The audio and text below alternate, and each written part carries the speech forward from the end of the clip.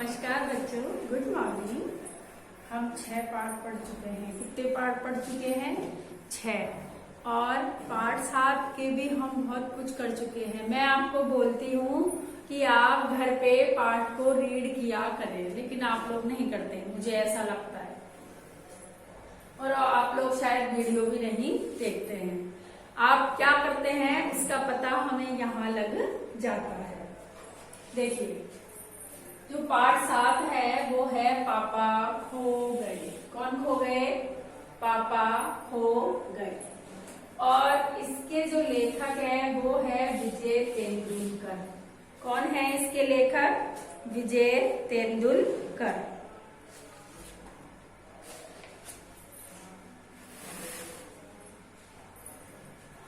ये जैसे आपने कभी नाटक देखा होगा, जैसे 15 अगस्त 26 जनवरी में नाटक होते हैं तो अलग अलग पात्र बन जाते हैं। पात्र यानी अलग अलग कैरेक्टर यानी चरित्र निभाने वाले बन जाते हैं। जैसे मान लो कृष्ण जन्म का दिखा रहे हैं, कृष्ण जन्म का कोई नाटक दिखा रहे हैं आपको, तो उसमें कोई कृष्ण भी बनेगा, ठीक है। एक लड़का क्या बनेगा? कृष्ण बनेगा। एक क्या बनेगी? औरत। औरत क्या बनेगी? यशोदा बनेगी, ठीक है। एक नंद बाबा बनेंगे, तो एक बलदाऊ बनेंगे, एक राधा बनेगी। तो ऐसे करके किसकी आवश्यकता होती है? पात्रों की। यानी नाटक को तैयार करने के लिए आदमियों, औरतों, पेड़, वन, पर्दे सबकी आवश्यकता पड़ती है। इसी प्रकार ये नाटक है एक पापा खो गए। इसमें एक होता है बिजली का खंभा। एक क्या होता है? बिजली का खंभा होता है, एक पेड़ होता है, एक लेटर बॉक्स होता है, एक कोआ होता है, एक नाचने वाली होती है, एक लड़की होती है और एक आदमी होता है। इतने सारे लोग इस नाटक को रचते हैं, इस नाटक की रचना करते हैं, तब जाकर के ये नाटक बनता है, ठीक है। ये नाटक बनता है। बिजली का जो खंभा है वो खड़ा रहता है। वो क्या करता है? खड़ा रहता है, हमेशा खड़ा रहता है। पेड़ है वो भी खड़ा रहता है। लेटर बॉक्स आपने देखा हो तो, अगर नहीं देखा तो आज आप लोग सर्च करके देखना। ऐसा डब्बा होता है लाल कलर का, उसमें ऐसे मुंह बना रहता है, ऐसे यूं। इसमें से चिट्ठी डाली जाती है। इसमें से क्या डाली जाती है? चिट्ठी डाली जाती है। या अभी जैसे आपने राखी का त्योहार आया तो किसी के मामा दूर रहते हैं तो मम्मी लिफाफे में राखियां पैक कर देती है और फिर हम उसको कहाँ पर दे के आते हैं? पोस्ट ऑफिस में दे करके आते हैं। या अपने तो शहर में रहते हैं या जयपुर में, इसलिए कोरियर करवा देते हैं। बाकी गाँव में क्या करते हैं? जो ये लाल कलर का जो डब्बा होता है उसके अंदर ही चिट्ठी डालते हैं। फिर वो डाकिया आता है, इन सारी चिट्ठियों को ले जाता है और जहां जहां उसे पहुंचाना होता है वहां वहां पहुंच जाती है। आजकल तो फोन आ गया टच स्क्रीन वाला, इसलिए चिट्ठियों की महिमा ही खत्म हो गई। मुझे लगता है शायद अगर मैं आप लोगों को कहूं कि आप चिट्ठी लिखिए तो कोई भी बच्चा चिट्ठी नहीं लिख पाएगा, क्योंकि आजकल हम सब क्या करते हैं? फोन से ही बातें कर लेते हैं, फोन से ही मैसेज भेज देते हैं। आजकल चिट्ठी लिखने की जरूरत ही नहीं है। इसलिए तो ये होता है लेटर बॉक्स, ये भी एक जगह खड़ा रहता है। इसको लोग लाल ताऊ कहकर पुकारते हैं। क्या कहते हैं? लाल ताऊ। इसको कहते हैं लाल ताऊ। और ये कोआ होता है जो पेड़ पर बैठा रहता है। अब इन सब की मंशा ये रहती है, ये सब ऐसे कहते हैं कि भाई मैं तो क्या हूं? बिजली का खंभा हूं, मैं सबको लाइट देता हूं, ठीक है। मैं सबको लाइट देता हूं और एक टांग पर खड़े रहता हूं, ठीक है। कभी कभी तो ये ऐसे सोचता है कि मुझे ऐसे लगता है कि इन सबको मैं क्या कर दूं, फेंक दूं, यानी परेशान हो जाता है। ये कहता है कि भाई मैं लोहे का बनाऊं, इसलिए अपने आप को बड़ा साबित करता है ना, इसलिए कहता है कि मैं तो क्या बनाऊं, लोहे का बनाऊं। मेरी तबीयत खराब नहीं होती है, बिजली कड़के चाहे कुछ भी हो, मैं तो अपनी जगह पर खड़ा रहता हूँ, हिलता भी नहीं हूँ, यानी मैं बड़ा हूं। ये क्या कहता है, मैं बड़ा हूं। धूप में खड़ा रहे कोई भी, ये खुद को कहता है, खुद के लिए कहता है कि यदि मेरी तरह, बिजली का खंभा कहता है कि यदि मेरी तरह कोई धूप में खड़ा रहे और बारिश में खड़ा रहे तो जरूर बीमार पड़ जाए, लेकिन मैं क्या करता हूं, मैं बीमार ही नहीं पड़ता। क्यों नहीं पड़ता, क्योंकि जो मेरी तबीयत है वो लोहे की ही है ना। अब पेड़ कहता है कि अपने पत्तों का जो कोट है, मेरे जो पत्ते हैं वो मुझे सर्दी से बचाते हैं, गर्मी से बचाते हैं, धूप से बचाते हैं, बारिश से बचाते हैं। उतनी तकलीफ नहीं होती जो तुम बहुत पहले यहाँ, और मैं तुमसे बहुत पहले से खड़ा हुआ हूँ, और मैं यहाँ पर तुमसे बहुत पहले से खड़ा हुआ हूँ।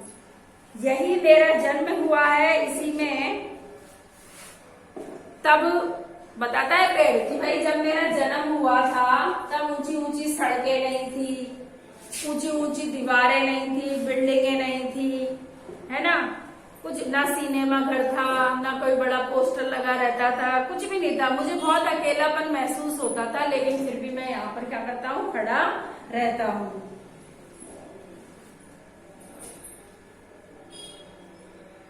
फिर कहता है लेकिन मैंने बहुत बार कोशिश की, ये इससे कहता है कि मैंने बहुत बार कोशिश की, लेकिन तुम अपनी अकड़ में रहते हो, मुझसे बोलते नहीं हो।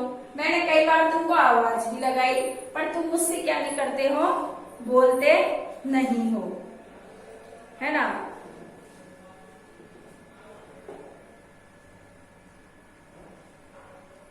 कुछ बोलते नहीं हो। ये पेड़ अपनी बात बताता है, ये अपनी बात बताता है।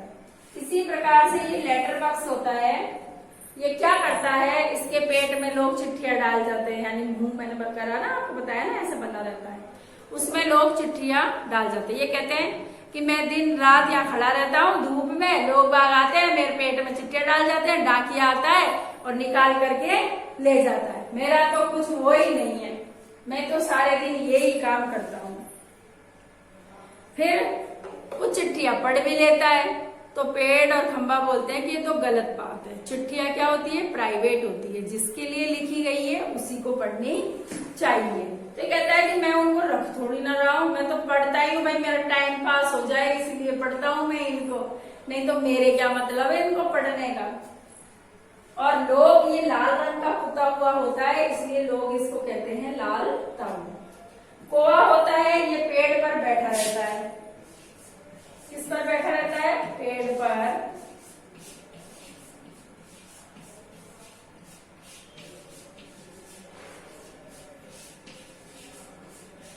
कौवा पेड़ पर बैठा रहता है। कौवा पेड़ पर बैठा रहता है और अपनी काव काव करता है, काव काव करता रहता है, बैठा रहता है, जरा भी इसे चैन नहीं है। लेटर बॉक्स इससे कहता है कि मीठी आवाज में तो गाते नहीं हो और सारे दिन काव काव काव काव कर्कश बोली बोलते रहते हो। पेट में फिर लेटर बॉक्स क्या करता है, ये सारी बातें हो जाती है इनमें। लेटर बॉक्स अपने पेट में हाथ डालता है, एक चिट्ठी निकालता है, धीरे से जीभ से उसको खोलता है और फिर उसको कागज निकाल करके, जो बिजली की जो खंभे की रोशनी होती है, बिजली का खंभा जहाँ लगा रहता है वहां पर बल्ब भी लगे रहता है, तो उस रोशनी में उस चिट्ठी को पढ़ता है। तो वह चिट्ठी पढ़ता है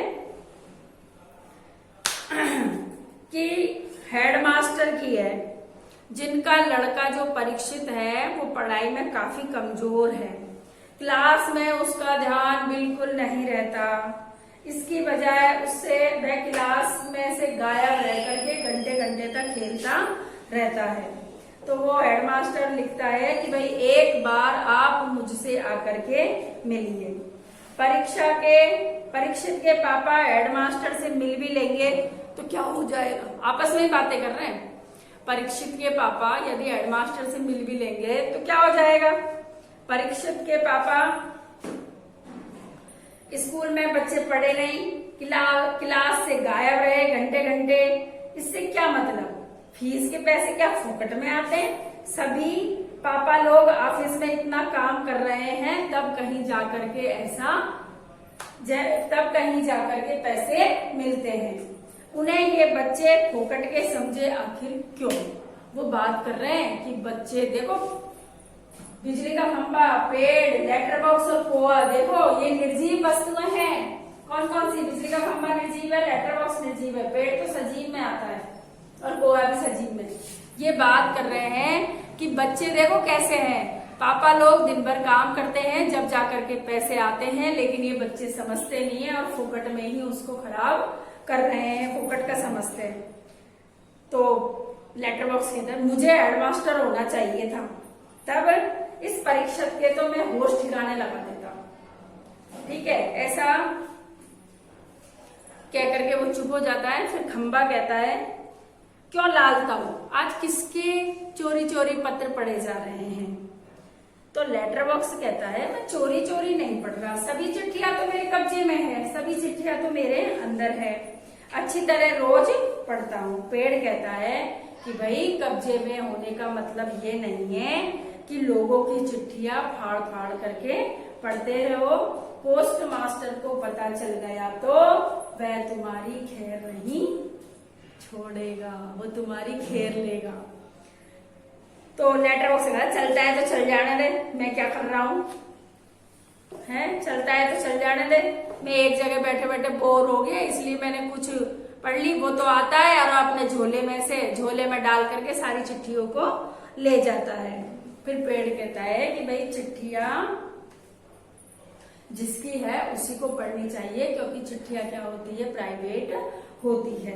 आज मैंने आपको पेज नंबर 46 के पेड़ तक की कुछ बातें बताई है। अब आपको क्या करना है, आज आपको पाठ 7 पेज नंबर 46 तक पढ़ना है। ये डायरी में नोट कर लीजिए आप। अगला भाग हम कल पढ़ेंगे। आज मैंने आधा ही बताया, आधा कल पढ़ेंगे अपन। ठीक है, डायरी लिखो।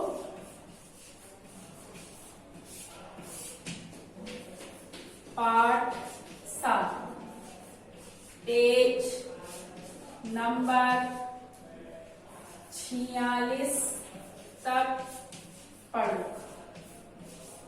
ये आपकी डायरी है। क्या करना है, पाठ 7 पेज नंबर 46 तक आपको पढ़ना है।